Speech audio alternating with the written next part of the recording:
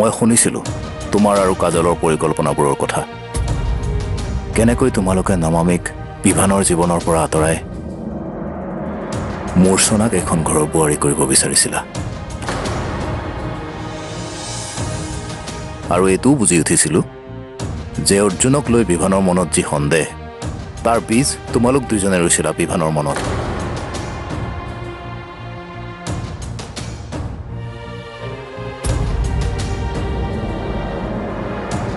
তুমি মোক মনেৰে স্বীকাৰ নকৰিলেও তোমাৰ স্বামী হিচাপে মই এইখিনি বুজি উঠিছোঁ যে তুমিও বিচৰা নাই মূৰ্ছনা এখন ঘৰত থকাটো। তুমি সঁচা মনেৰে নমামিক এইখন ঘৰলৈ উভতাই আনিছা আৰু তুমি বিচাৰা যে বিভান আৰু নমামি দুয়ো সুখত থাকক। তুমি সলনি হৈছা জানকী।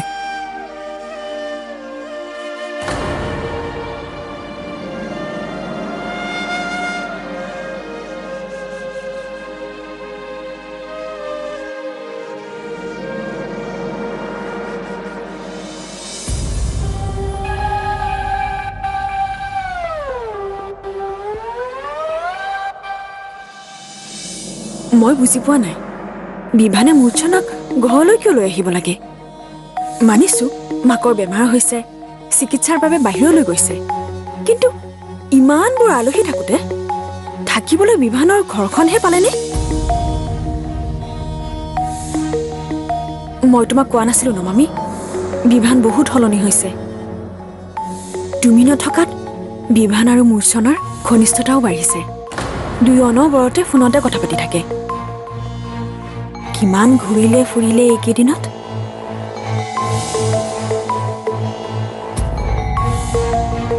শুনাচোন নমামি,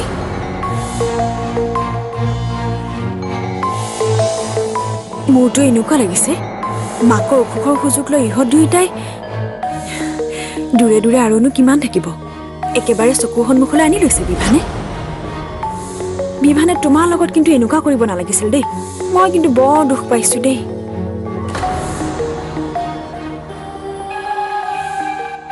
মাহী, বিভানৰ আচলতে হৈছে কিনো? আজি নমামি ঘৰলৈ আনিছে আৰু আজি মূৰ্ছনাকো ঘৰলৈ লৈ আহিছে। মূৰ্ছনা ইয়াত থাকিব নোৱাৰে। মই কথা পাতিম তাইৰ লগত। দৰকাৰ হ'লে তাইক মই আন ঠাইত থকাৰ ব্যৱস্থাও কৰি দিম।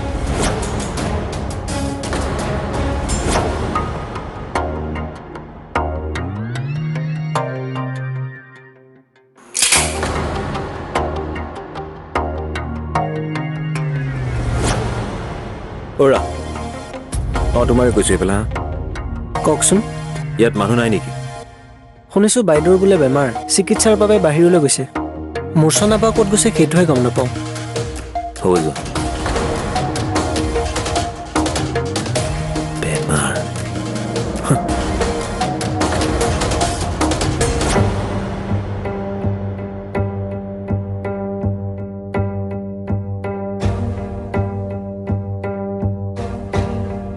আজিৰ পৰা এইটোৱে তোমাৰ ৰুম। নিজৰ ঘৰ বুলি ভাবিবা আৰু খোৱা বোৱাৰ টেনশ্যন নল'বা। ভোক লাগিলে মোক ক'বা, মই নাথাকিলে তোমাৰ আছেই।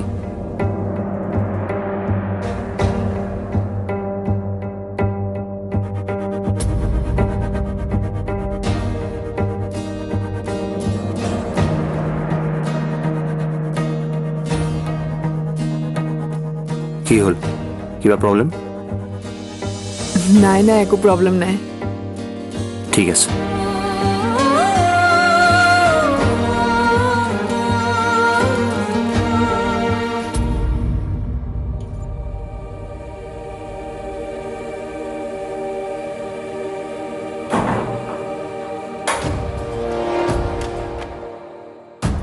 মনত বহুত আশা লৈ মই উভতি আহিছিলোঁ বিভান। ভাবিছিলোঁ ঘৰ আহিছোঁ, মোৰ ওচৰলৈ দৌৰি আহিবা, কিন্তু অহাৰে পৰা দেখোন মোৰ ওচৰলৈ অহা নাই।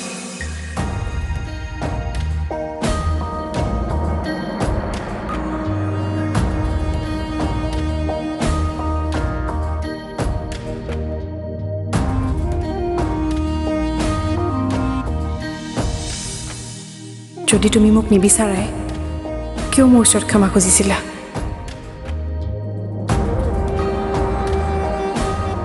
মই উভতি আহি ভুলেই কৰিলোঁ। তোমাৰ চকুত না মই অনুশোচনা দেখিছোঁ না মোৰ প্ৰতি মৰম।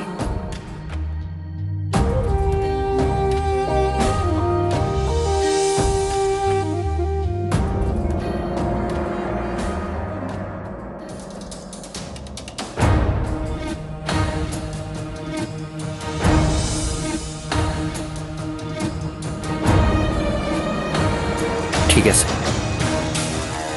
মই বলিদান দিবলৈ সাজু আছোঁ।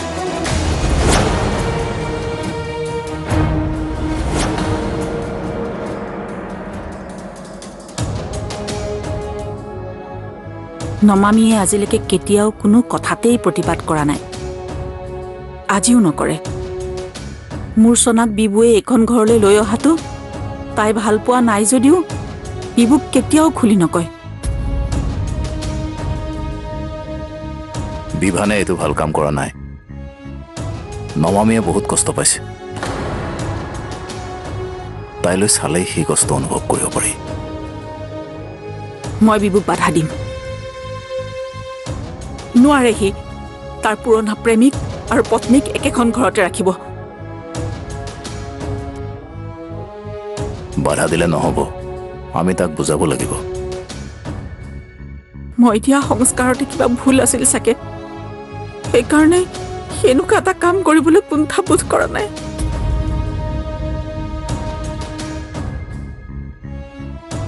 এতিয়াও সময় আছে জানকী, আমি চেষ্টা কৰিলে সকলো ঠিক কৰিব পাৰিম।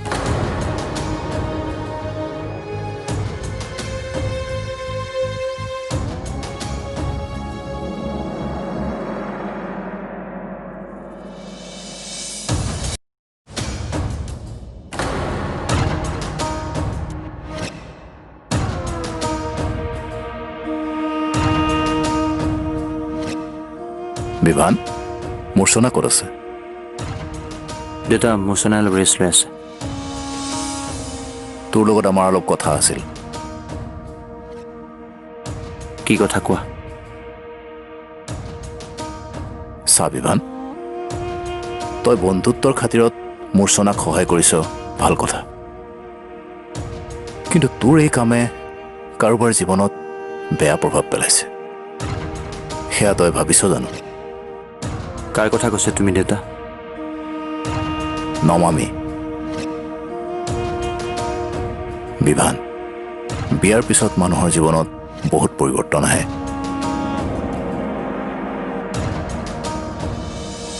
সম্পৰ্ক এটাত তই কেৱল নিজৰ দৃষ্টিভংগীৰে বিচাৰ কৰিলে নহ'ব। পতি পত্নী হিচাপে এজনে আনজনৰ ভাল লগা বেয়া লগা এনেবোৰ কথা বুজিব লাগিব। মই বুজা নাই, কি ক'ব বিচাৰিছা ডাইৰেক্টলি নোকোৱা কিয়? মই দেখোন তোমাক কৈছোৱেই।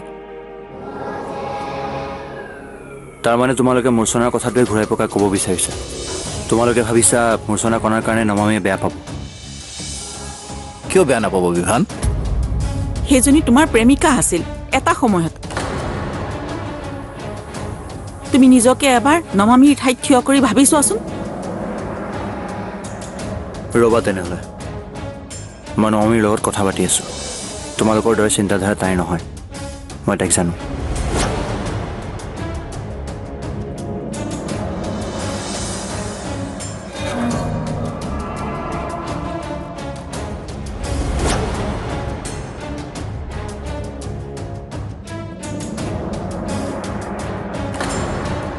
নমামী,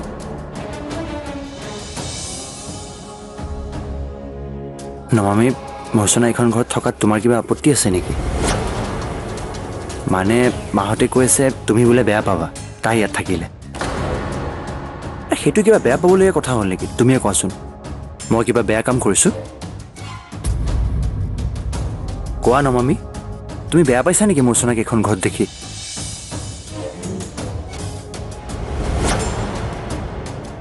মূৰ্ছনাৰ মাক অসুস্থ আৰু সেইবাবে তুমি তাইক ইয়ালৈ লৈ আহিছা।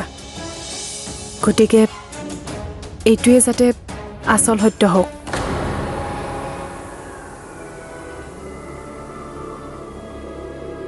ঘৰলৈ অহাৰ পিছত মোৰ ওচৰলৈ এবাৰ আহিছানে? এতিয়া আহিছা। আৰু কি কথা লৈ আহিছা? মূৰ্ছনাক তাৰমানে মূৰ্ছনাক লৈ তোমাৰ প্ৰব্লেম হৈছে। মূৰ্ছনা এইখন ঘৰত থকাটো মোৰ কোনো আপত্তি নাই, যদিহে মূৰ্ছনাই তাইৰ নিজৰ সীমা অতিক্ৰম নকৰে। সীমা?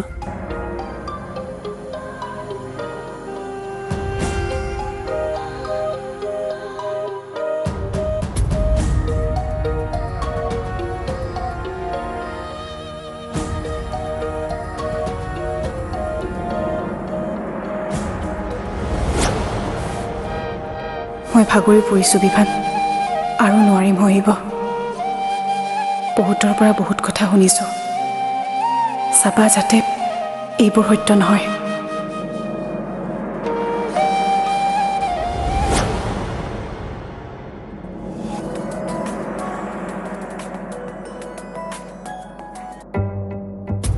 ক'ত আছ মাইনা? বিভানৰ ঘৰত চব ঠিকে আছেতো? আছে। খোৱা বোৱা কৰিছেনে নাই? নাই। কি একাপ চাহো দিয়া নাই সিহঁতে তোক? কোনোবাই তোক বেয়া ব্যৱহাৰ কৰিছে নেকি? অহ মা, নাই কৰা। আৰু নমামি? তাইও একো কোৱা নাই। মই গৈছিলোঁ তাইৰ ওচৰলৈ, ক'লো মই ইয়ালৈ আহিব বিচৰা নাছিলোঁ, বিভানহে জোৰ কৰি আনিছে। এতিয়া কি হৈ আছে ঘৰত? মই অহাৰ বাবে অলপ অশান্তি হৈ আছে। মানুহবোৰে বিচৰা নাই মই ইয়াত থকাটো। আৰু বিভান, সি কাৰ পক্ষত আছে? কাৰ পক্ষত থাকিব আৰু, মোৰ পক্ষতে আছে। বিভানে বিচাৰে মই ইয়াত থকাটো।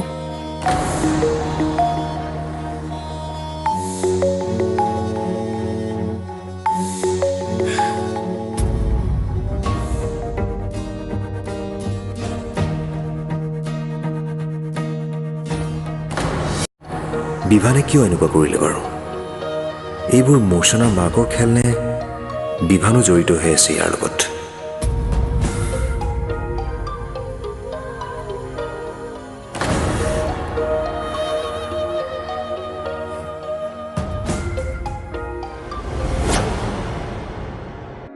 মা, মূৰ্ছনা এইখন ঘৰত থকাক লৈ নমামীৰ কোনো আপত্তি নাই,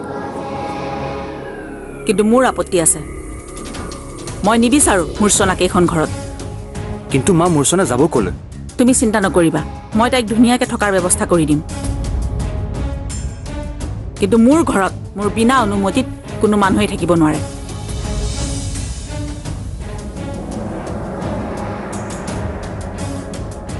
মা, এখন মোৰো ঘৰ, ইয়াত মোৰো অধিকাৰ আছে, গতিকে মই যি বিচাৰোঁ সেয়া কৰিব পাৰোঁ। মূৰ্ছনা এইখন ঘৰতে থাকিব, এয়া মোৰ সিদ্ধান্ত।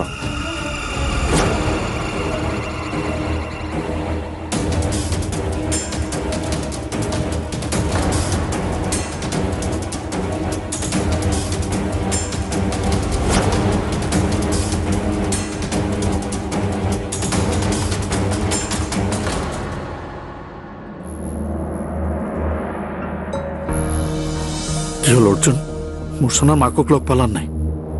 তেওঁ বেমাৰৰ ট্ৰিটমেণ্টৰ কাৰণে যোৱাটো সঁচা, ওচৰৰ মানুহৰ পৰা গম পাইছোঁ। কিন্তু বেমাৰটোৱে সঁচা নে মিছা গম পোৱা নাই। কোনেও নাজানে কি বেমাৰ হৈছে। বিবুৱে মোক তেনেকৈ ক'ব পৰা হ'ল? সি যি বিচাৰে সেয়া হ'ব? এয়া মোৰ বিবুৱে হয়নে? এয়াতো মোৰ শিক্ষা নহয়। ডাঙৰৰ লগত কেনেকৈ ব্যৱহাৰ কৰিব লাগে সেইটোও পাহৰি গৈছে।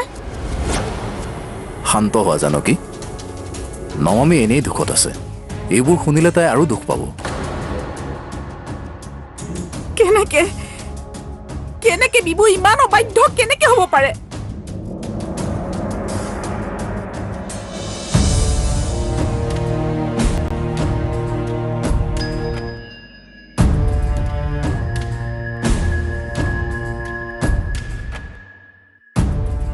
কথাটো হয় দিয়াচোন, তুমি অহাৰে পৰা মই তোমাৰ ওচৰলৈ অহাই নাই।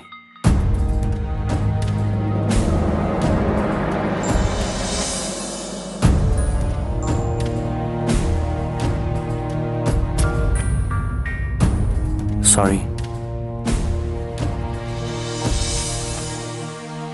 কিয়? সকলোবোৰৰ বাবে মই তোমাৰ আৰু তোমাৰ দাদাৰ সম্পৰ্ক স্বীকাৰ কৰিছোঁ মনৰ পৰা। তুমি দাদাৰ ওচৰত ক্ষমা বিচাৰিব লাগিব, পাৰিবা?